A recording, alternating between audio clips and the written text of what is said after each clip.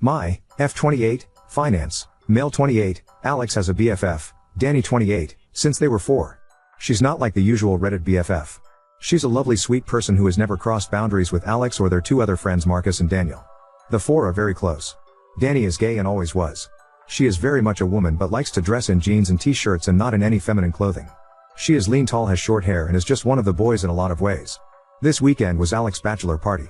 All 4 plus 2 other of Alex's friends went along. It was to a coastal town that's well known for hosting bachelor and bachelorette parties, but there's no strip club or anything. They stayed in a B&B and have scuba diving and kayaking planned.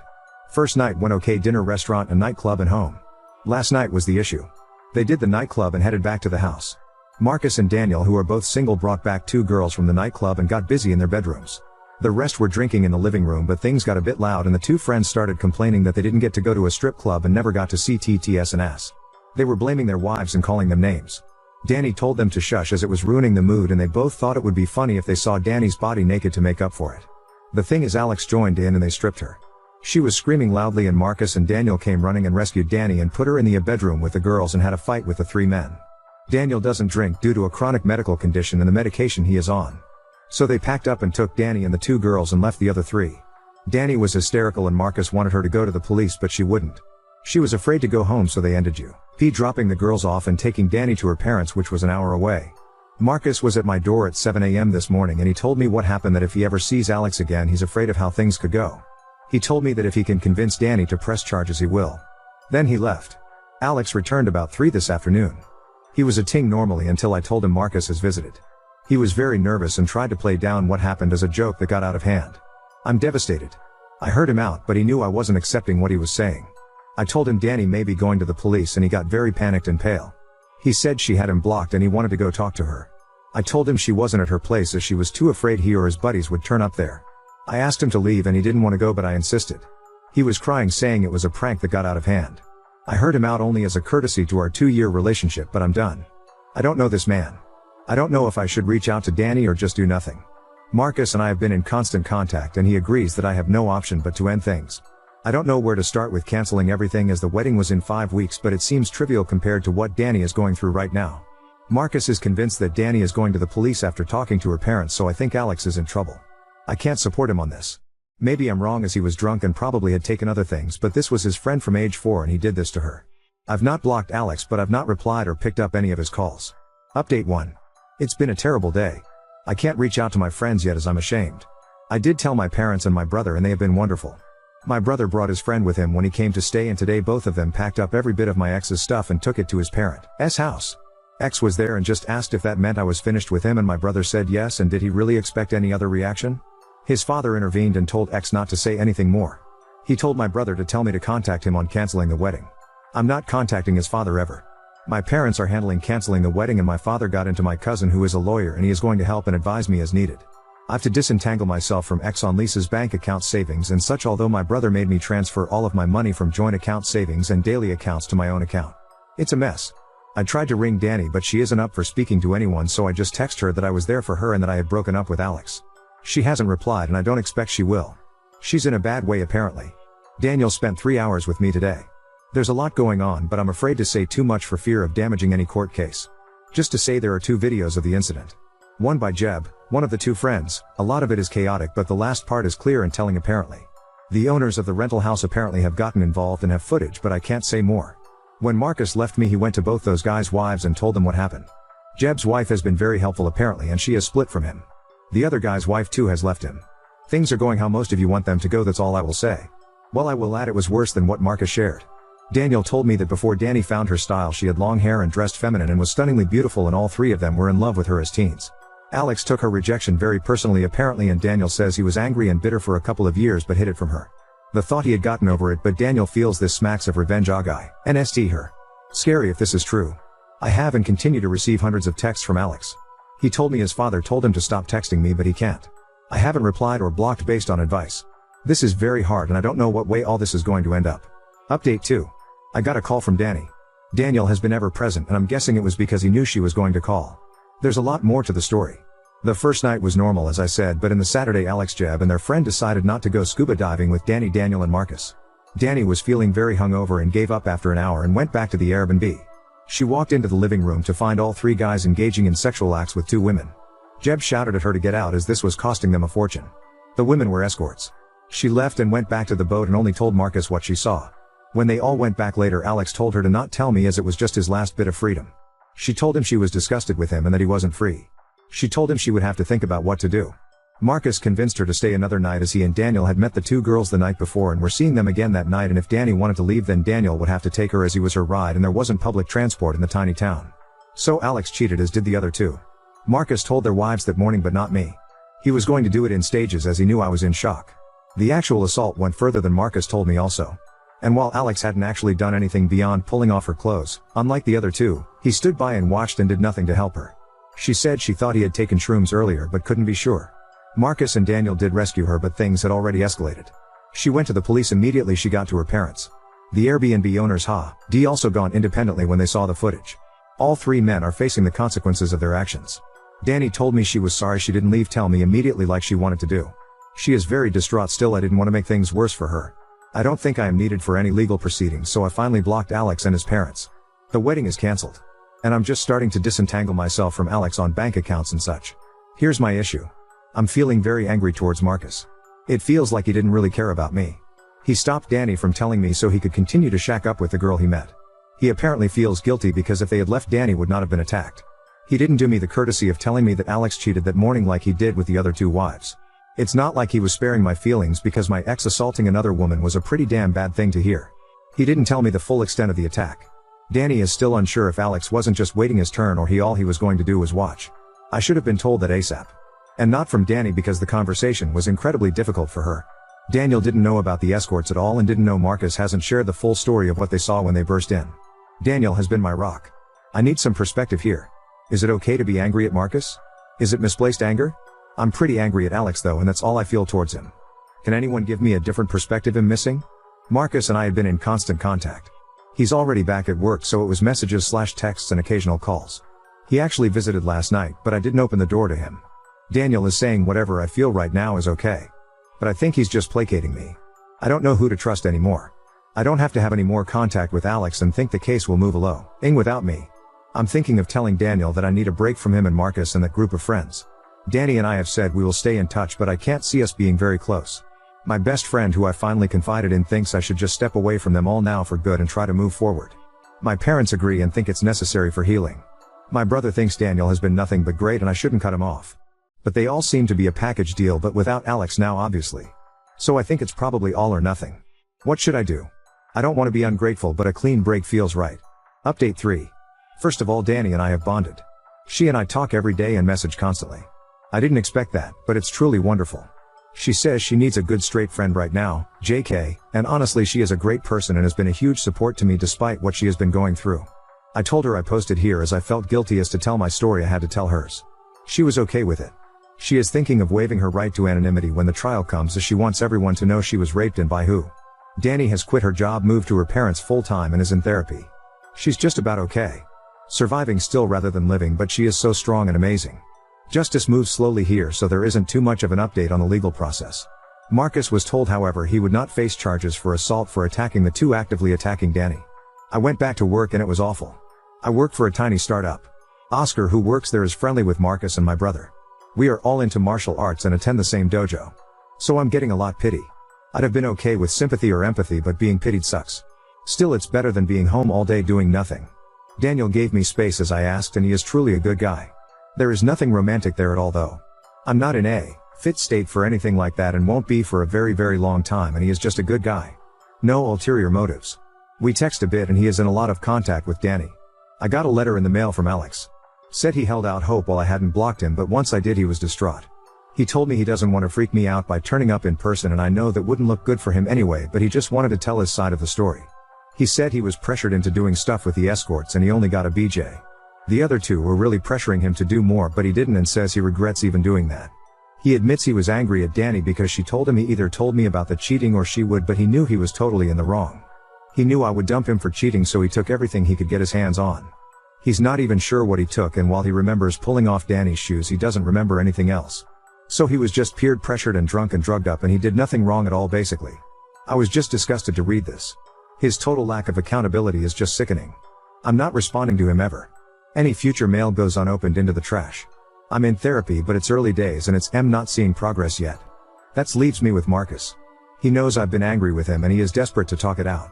I probably feel too much anger towards him but find it hard not to. He is still feeling very guilty over making Danny stay. I don't understand why I feel so angry towards him. It's not on the level of anger I feel towards Alex by any means, but I'm still hesitant to talk to him. I think he made mistakes, but in my heart I know he was dealing with a lot that morning, but I just wouldn't have been there when Alex got home if I had known the truth. I feel Marcus should have told me everything, as I was the one who had to face Alex alone. I know I should hear him but I'm finding it very hard. How can I get past this? I want to clear the air with him even if we are never friends, and me cutting him out is really having a terrible effect on him. I know he rescued Danny and has been constantly checking up on her. I know he can be a good guy, but part of me feels he wasn't all good that weekend. I don't know.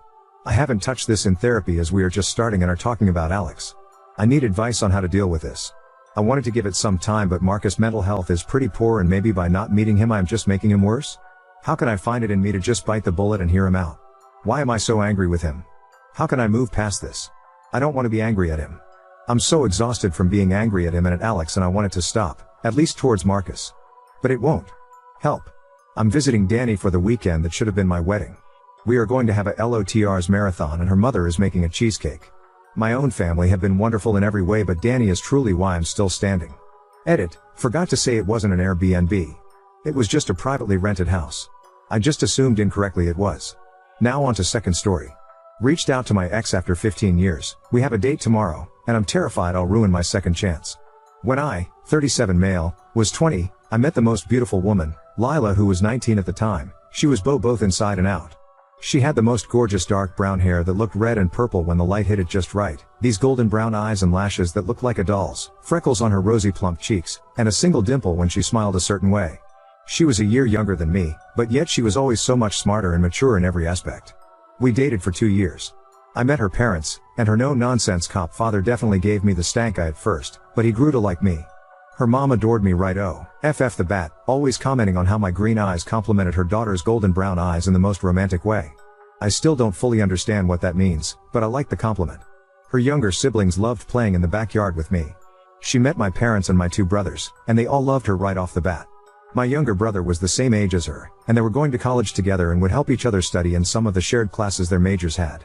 Hell, even my 6-month-old dog I had adopted before even meeting her seemed to like her more than he liked me. She told me her dreams, how she wanted to own a home that was tucked away from everything but not completely isolated. How she wanted to be a doctor, and that she wanted to help people. She wanted to be a pediatrician. She loved kids. She always said she wanted a family. She didn't care how many kids she had, she just wanted to experience the ups and downs of motherhood. She wanted the good, the bad, the ugly. I listened to her go on and on about baby names and how she would design a nursery. At the time, I thought I wanted kids too. I wanted to marry this girl and give her the family she so clearly wanted. She was my Lila, I wanted to stay with her forever. I was young, but I was in love with her. After 2 years of dating I started to realize that I didn't want to have kids. I thought I was just being around too many of my bratty cousins, and that was turning me off from the idea. But the more I thought about it, the more the idea of having to be a father made me sick. I would get headaches and my stomach would twist in knots thinking about having to take care of some screaming, crying and shitting little thing, and then have it grow into a tantrum throwing toddler, a bratty child, and then some moody teenager. I didn't want to be held down like that. I wanted to travel, have money, be free. After a few drinks one night, I ended up telling all of this to Lila. I remember she went quiet and simply said, "I won't try and change your mind, but I'm not giving up my dreams." I remember scoffing and rolling my eyes, telling her that we weren't going to have kids. She stood up from the couch and said, "You might not want that anymore, but I still do. I'm not going to try and force either one of our minds to change, then one of us will end up miserable." I realized she was breaking up with me, and even though she was so calm and mature about it, I remember feeling so angry. She was walking around the apartment gathering her things and being completely silent. I kept arguing with her, trying to change her mind. I kept telling her that it was stupid to want kids, that they were annoying and a waste of time. When she still didn't budge, I started to insult her. I said she was stupid, that she was a weak woman for wanting to be a mom, that she should just give up on being a doctor so she could push out her brats. Lila finally started to respond to me, telling me to calm down, that we simply wanted different things in life and that was okay. I hated her in that moment, that she wasn't agreeing with me. I remember punching the wall of our apartment, kicking a door, throwing anything I could get my hands on. She watched me wreck our living room and kitchen, not saying a word. She walked past me and left. This whole thing happened over a few hours. In less than a day I lost the love of my life, and my apartment was now trashed. Of course, news of why we broke up and my reaction to it reached my family. My mom cried hearing how I reacted. My dad gave me the coldest look I'd ever seen. My brothers both said I was an idiot, with my younger brother saying I was lucky Lila hadn't called the cops on me during that. That was 15 years ago. I've tried to have relationships since, but they never lasted more than a few weeks. I travel around for work, but now I'm back in the same town Lila lives in. Lila got married, got her doctorate, had kids, and is still a pediatrician last I heard. I know my younger brother still kept some contact with her in the first few years after the breakup. He even invited her to his wedding, but she declined because she didn't want to cause drama. I'm back in her town, the town we both grew up in, dated in, lived in, and where she currently lives.